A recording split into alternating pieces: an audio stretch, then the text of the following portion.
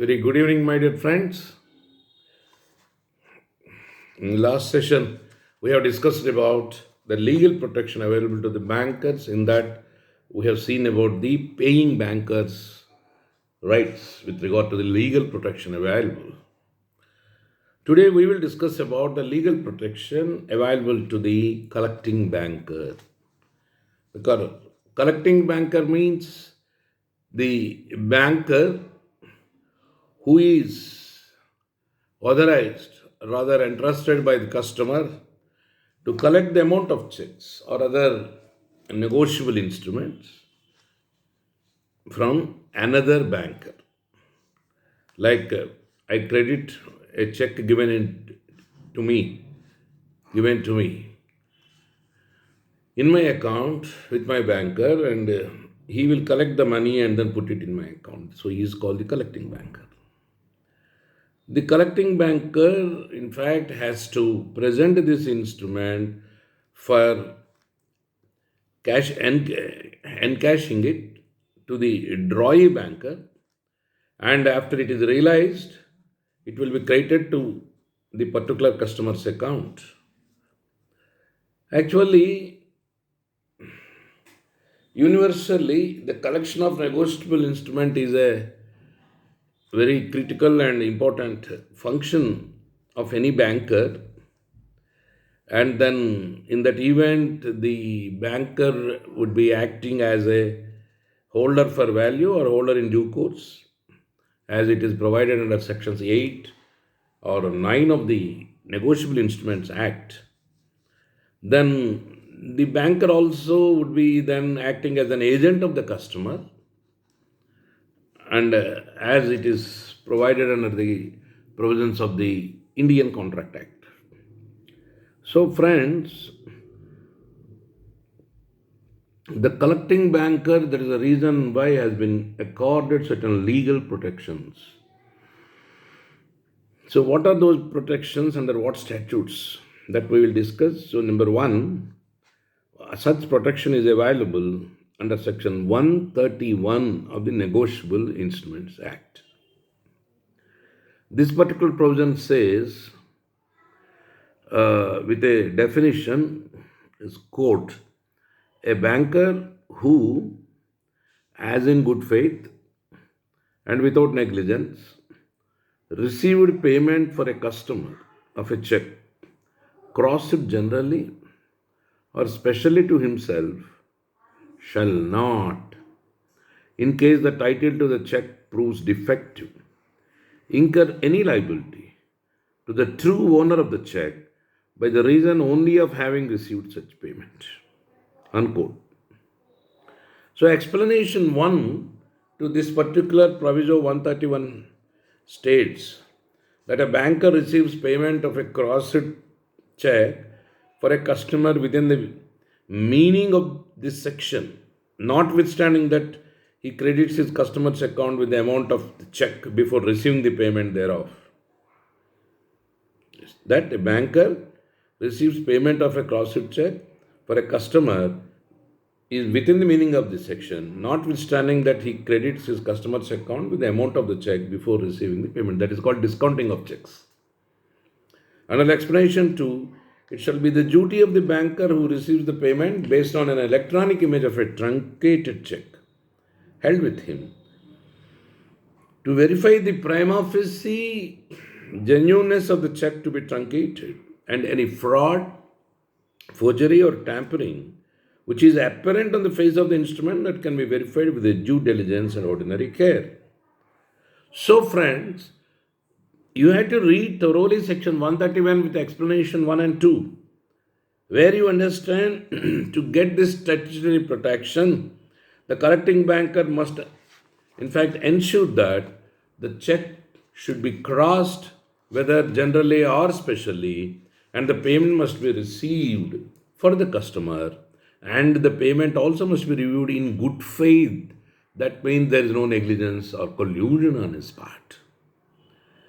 Here, the wording without negligence indicates that the banker, in fact, even not having even an iota of doubt about the payment. That is the most important aspect.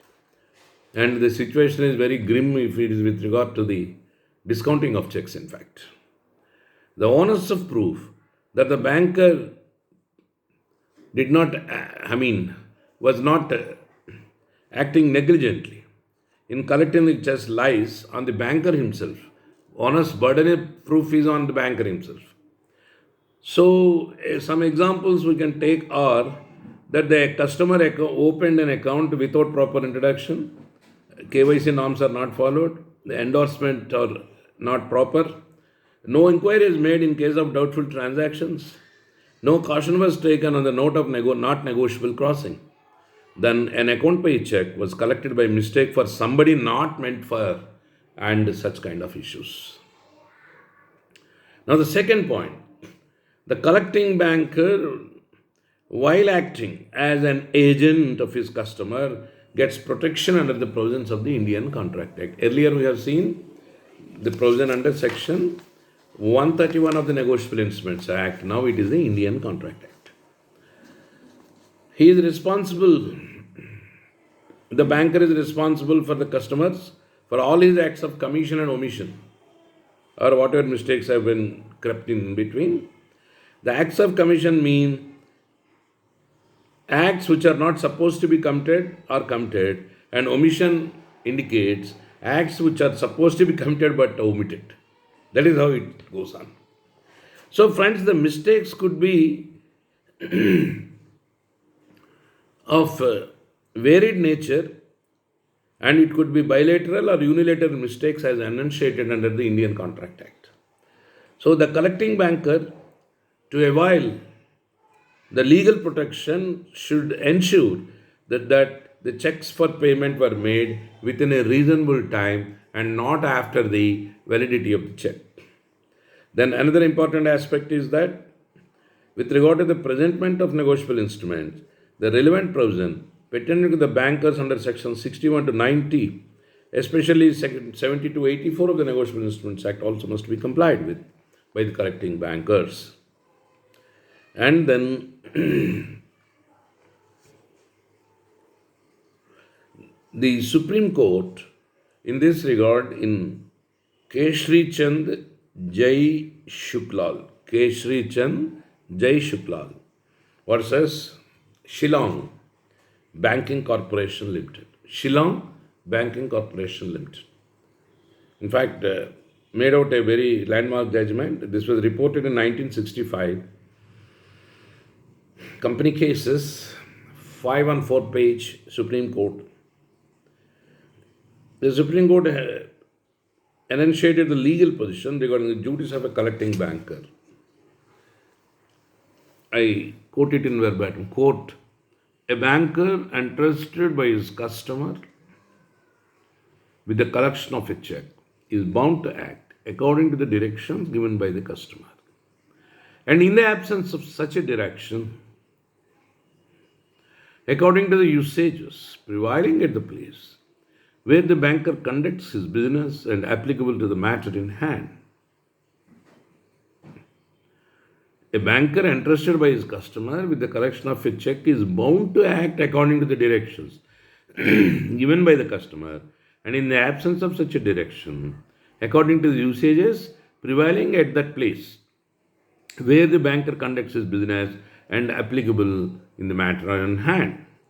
Then the banker is also bound to use reasonable skill and diligence in presenting and securing payments of the check and placing the proceeds to his customer's account, and taking such other steps as may be proper to secure the customer's interest. This is the most important judgment with regard to this particular collecting banker's protection. Unquote. Apart from the above duty, the collecting banker also must be realistic over his duties to serve his customer, the notice of dishonor properly in case written of checks by the paying banker and he is holder for value in those circumstances. In this connection, the bankers must follow the relevant instructions of the Reserve Bank of India also. Today, with the internet banking and then the checks being immediately credited to the appropriate accounts, Section 138 compliances sometimes turning critical because the bankers will have to, under such circumstances, immediately issue, in fact, a written note or send for clearance and then put it across and then report this particular return. Otherwise, 138 NI provisions cannot be complied with. This aspect is very important with regard to bouncing of checks under Section 138 of the Negotiable Instruments Act. Now, friends, with this background, I conclude my discussion on the legal protection available to the collecting banker. In our next session, I will deal with the law on dishonor of payments by a banker. If the banker dishonors the payments, what is the protection given to him? What is the law thereon? So, this particular aspect we will cover in our next episode. Thank you. Goodbye. See you.